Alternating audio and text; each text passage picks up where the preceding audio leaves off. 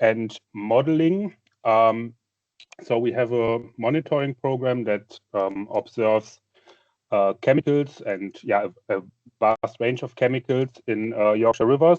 And this is used to inform a chemical exposure model, which enables or which brings it from these chemical concentrations from point observations into spatially continuous simulations.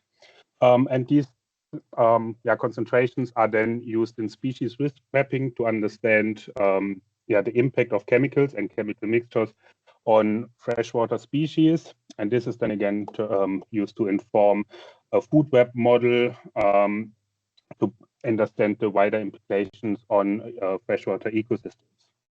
And we also looked at future scenarios, so the impact of climate and land use change on the hydrology, which I will be talking about in the end. But with this, I hand over to Yun Li, who will start off with the chemical monitoring program.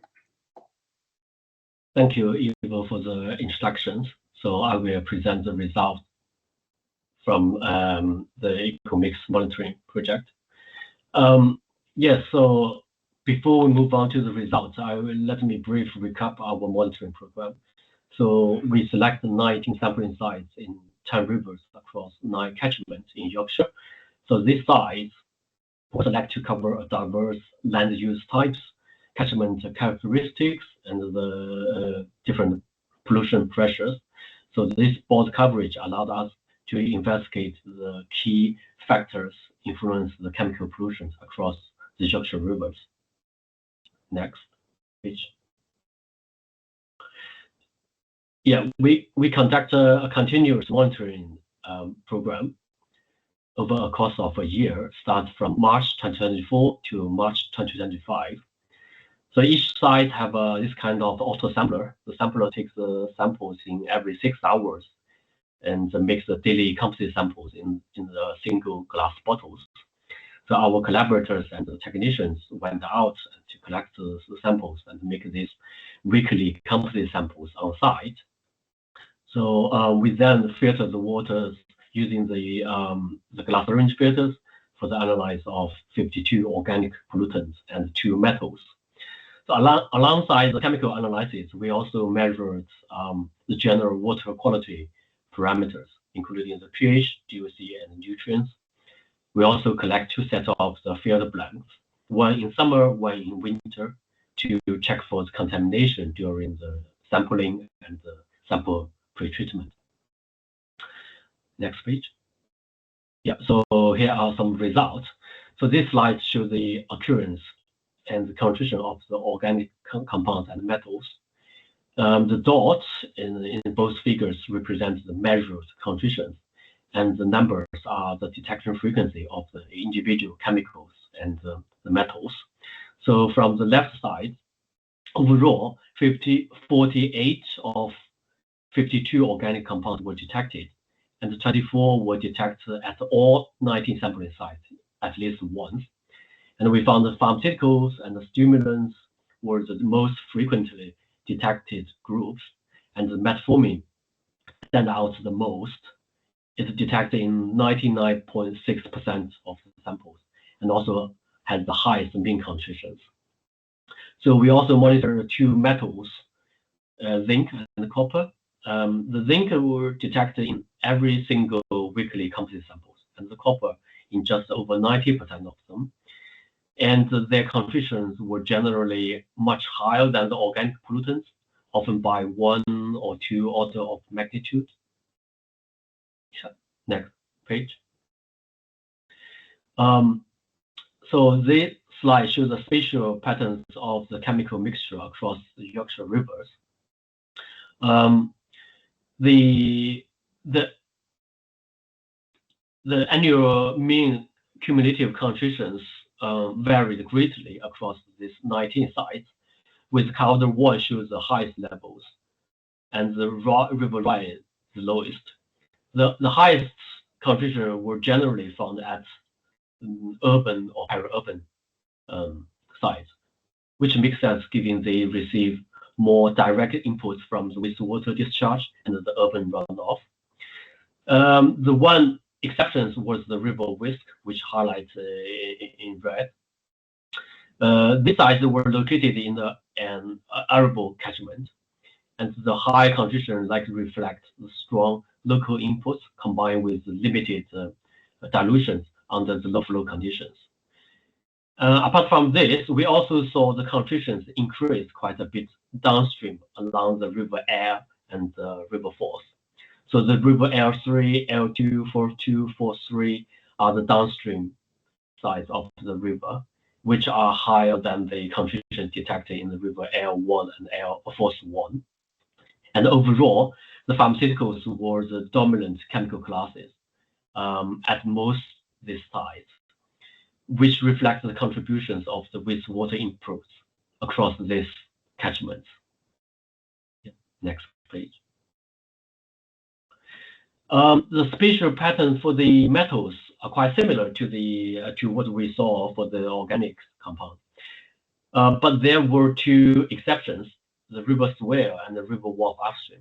So these two sites have a relatively low organic concentrations, but they ranked among the highest for the cumulative metals.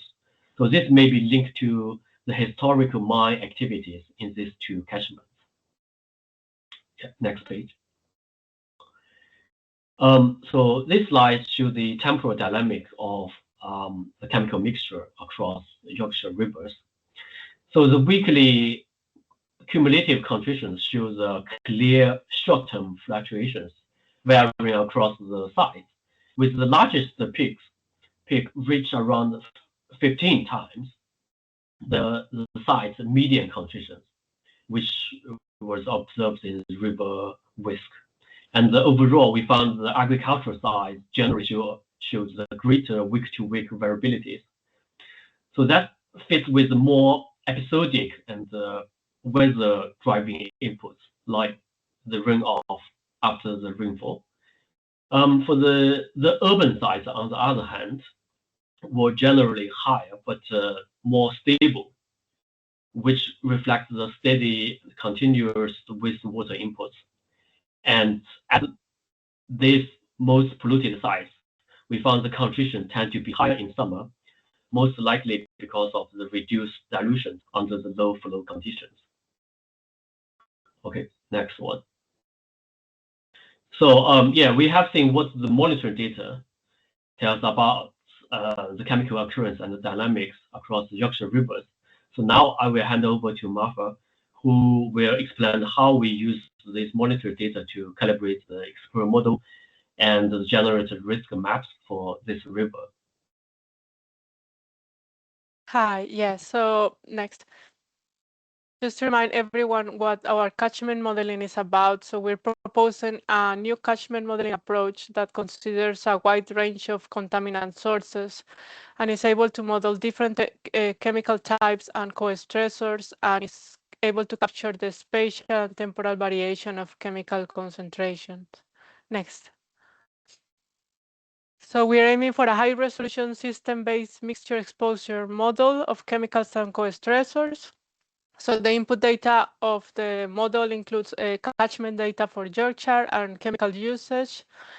This will fit into two models. So one is HYPE, which is our hydrological model, which predicts river flow and as well as water quality parameters like nutrients, sediments, DOC, and apart from that, water temperature is the other one. Apart from that, we have developed our own emission models to describe point sources and diffuse sources in the catchment. So the outputs from these two models go finally into our chemical routing down the river network model, which is called DELF3D, and this accounts for in-stream processes. So DELF3D is the model that calculates the final chemical exposure concentrations at daily resolution, and we model daily concentrations from 2002 to 2022. Next. So this is our hydrological model developed at Durham University. Sorry, Ivo, can you go? So the model divides the catchment in 16,500 subbasins with an average area of 50 hectares. So this, next. So just to give you an example of our model outputs, so this is an output for only one cell, which I call number 33, site 33, and so these are outputs of model chemical concentrations. So we have fipronil, which is a flea treatment, flufenacel, which is an herbicide, 6-PPD is a tar additive, anthracene is a pH, and clarithromycin is a human antibiotic. So just to show you what we're able to do with the model, so we predict daily concentrations, and we're able to look at what types of chemical mixtures we can find in the river at a particular time. Next. So we evaluated the model using our own ECOMIX monitoring data, as well as 7,000 grab samples data from the Environment Agency. Next. So this is the results from the model evaluation. So I'm comparing here measured chemical concentrations against model chemical concentrations. The solid line is the one-to line, so that's like the perfect model. And the dots represent all the concentrations for different chemical types. So the dotted lines represent the factor of 10. So this is our aim, to be able to model within the same order of magnitude. And we accomplish around 90% of the data points fall within those two lines. Next. So another thing we're doing is modeling looking at the species sensitivity distribution to evaluate risk of a species, and we're using the hazard concentration of 5% of a species, which is the HC5, and we're using both a generic HC5 that is applied equally to the whole of the catchment, or a site-specific HC5. So how do we calculate this? So we know we cannot test in the lab all possible species and chemicals. So we use a hierarchical model that relates the taxonomic and acute toxicity data to calculate EC50 values for untested species. Next. So in terms of species risk mapping, we use daily exposure concentrations from 25 hydrological models. So this is to account from uncertainty from the hydrology.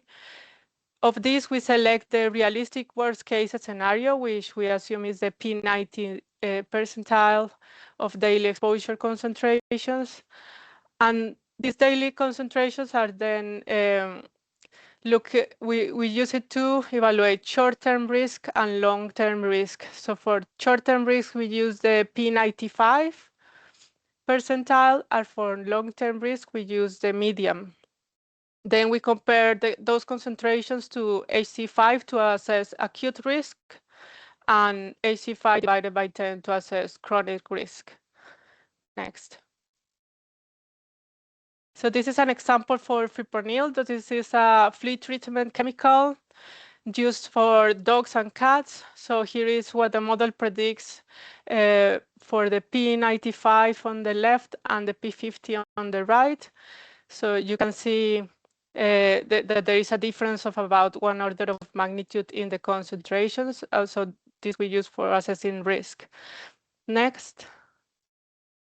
So these are risk maps that we are producing as part of this project. So we want to identify areas of risk. So in the left, I'm highlighting acute risk when the HC5 of 18.9 nanograms per liter is exceeded in red, and chronic risk in the right. So is the HC5 divided by 10. This will allow us to target interventions and identify sources that are causing the risk. Next. So this is the other thing we're doing. We know species have different sensitivities in different locations. So we're looking at individual communities for these 537 sites. These are Environment Agency sites that have good taxonomical data. So here I'm highlighting this site ID 33. In the table, there is all the species that they found at this site, and we see in blue, those are arthropods, which are 74% of the species at this site, and they are the main target group of fipronil.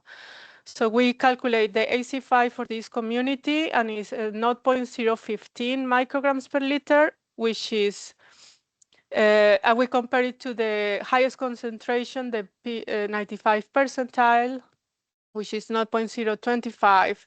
Since this concentration is above the AC5, we conclude that this site is a high risk. So those are the dots in red, acute risk, and the dots in yellow are sites with chronic risk. Next. Other thing we're doing is for sites where single chemicals are not causing any risk, we're looking at the potential risk from mixtures of chemicals, and we use an additive method. So for these 48 sites, they're showing that they are at risk from the mixture. So the main contributors of risk were the metals, so in black, zinc, and in gray, copper. And we also have deltamethrin, which is a livestock flea treatment. And we have azithromycin in yellow, and in red you see fipronil, which I talk about, and in dark blue you have benzoalpha-pyrene. Next. So yes, I already talked about how we're looking at the species risk mapping, and now I'm handing over to my colleague Xiaoxiao Li, who's going to talk about the effects on the terms of community risk. Thank you, Masha. Next, please. On the basis of Masha presented the chemical explorer concentrations and the variations in species chemical sensitivity, on this part, we will further consider the trophic interactions among all species. Then we will construct the food web structure, and with the help of the food web dynamic model, finally we will aim to deliver the risk maps of the biodiversity and ecosystem functions. Next, please. So for this part, we have 410 sites, which is a subset of the Masha's presented species risk map. And at each site, we will construct the food web trophic structure. Here I show one example of the site, and we can see at this site, the food web, it has 4 basal sites, basal nodes, the detritus, cyanobacterium, green algae, and diatoms. For the consumers, we have the invertebrate species and fish. For the occurrence of the invertebrate species at each site, the data come from the environmental agency sampling data, and for the occurrence of the fish that are predicted by the species distribution model. And in the diagram of the food web structure, the links between species represent the predator and prey feeding links. Next, please.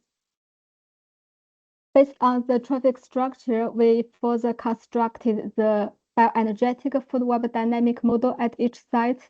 We will first, next please. We will first simulate this model without any chemical explorer concentration, and then this model only captures both the direct and indirect trophic interactions among all species. The direct means the predator-prey interactions, and the indirect can include like the trophic cascading effects. And this will deliver the pre-perturbation state without any chemical stress. Then after that, we will apply the chemical perturbation at each site. The chemical explorer concentration is simulated as the 95 percentile. Once we apply the chemical perturbation, it can have the direct toxic effects that is added as the extra mortality to the species targeted by the chemical. The changes in those target species can further spread through the food web and then affect other non-target species that will have the indirect toxic effects. So with this direct and indirect toxic effects, we will run this simulation to another post-perturbation state, and then by comparing the pre and post-perturbation, we will have some food web level responses. Next, please. So first, with this model, we investigate the food web responses to a single chemical exposure. We have 4 different types of the food web responses. We have the first one, the richness representing species biodiversity, and we have the community biomass representing the ecosystem function.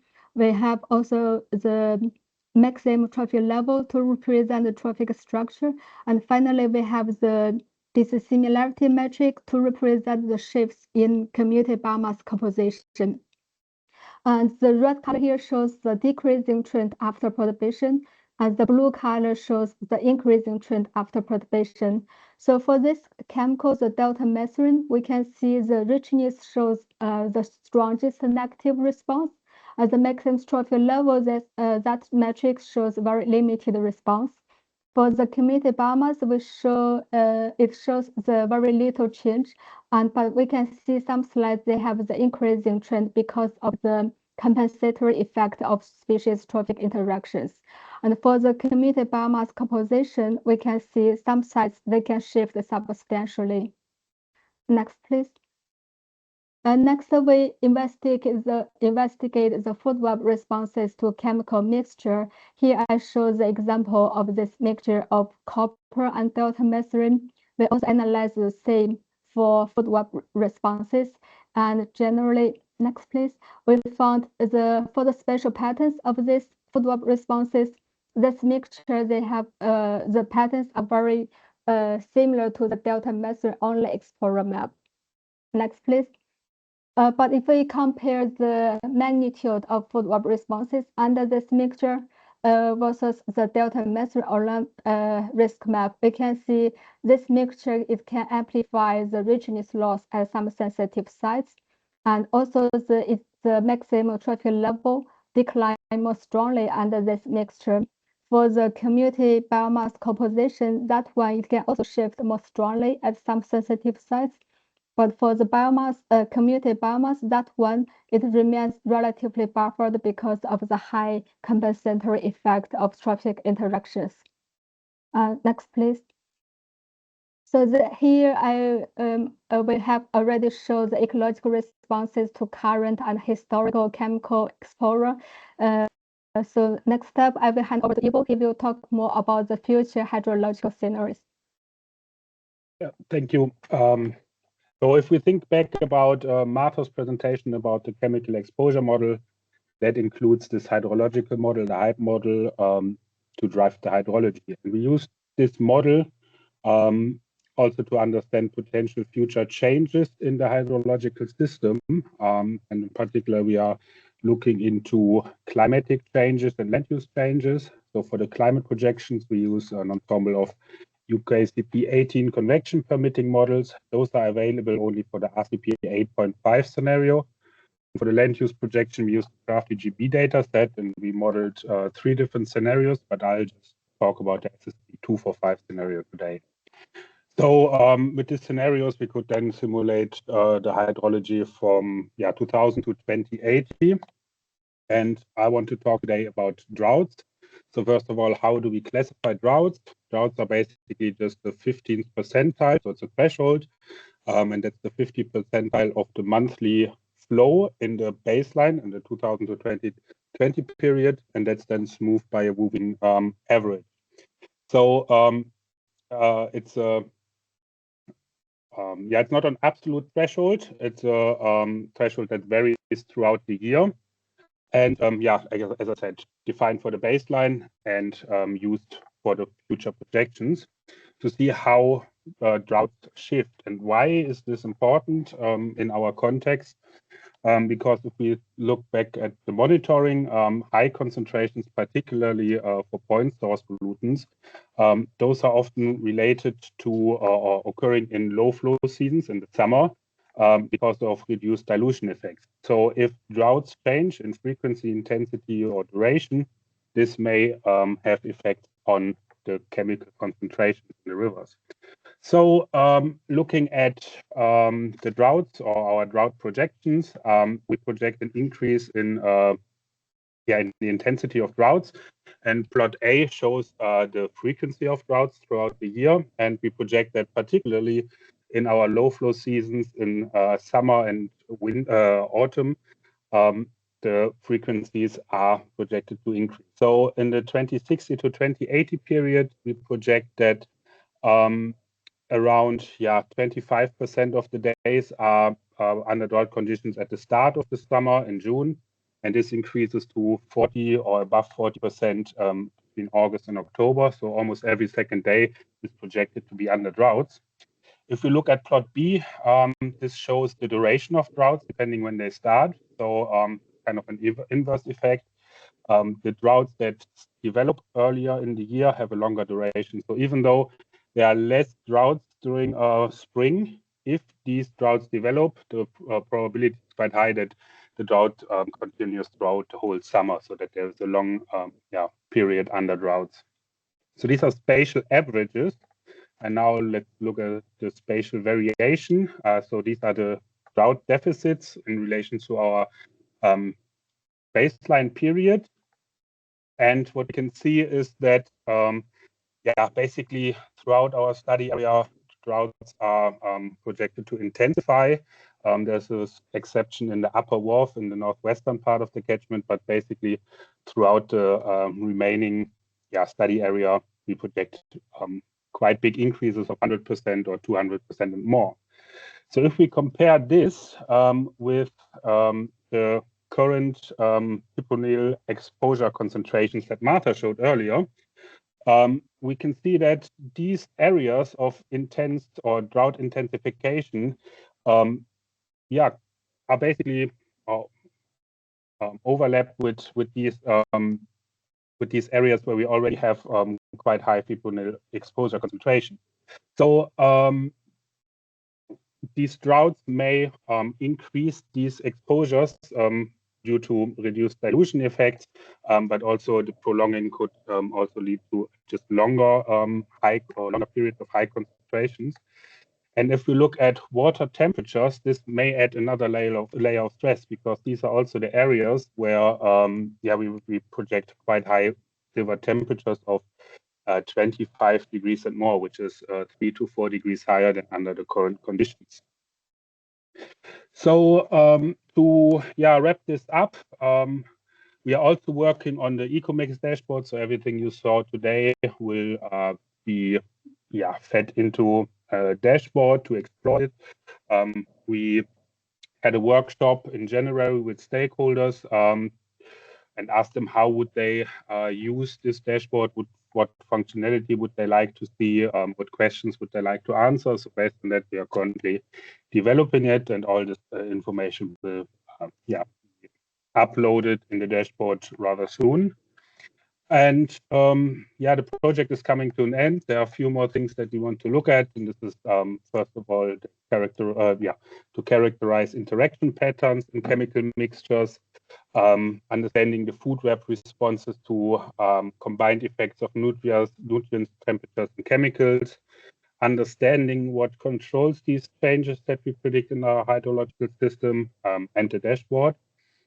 And to conclude, we modeled and monitored a wide range of chemical sources and types. From the monitoring we saw that urban rivers have high concentrations, but remain relatively stable, particularly in the highest concentrations are observed in the low flow season. Agricultural catchments are much more responsive to episodic events.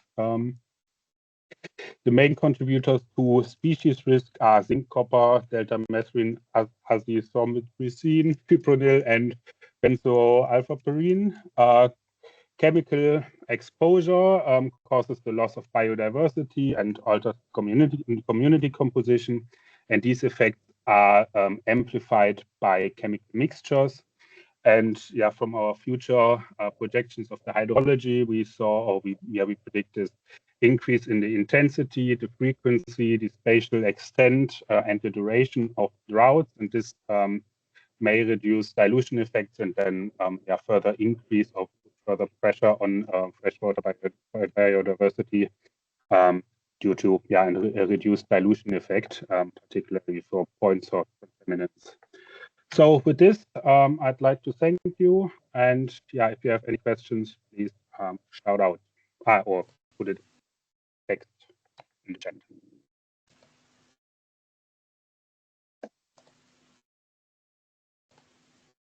What's happening now? Thanks, Ivo. Thank you so much. Yeah.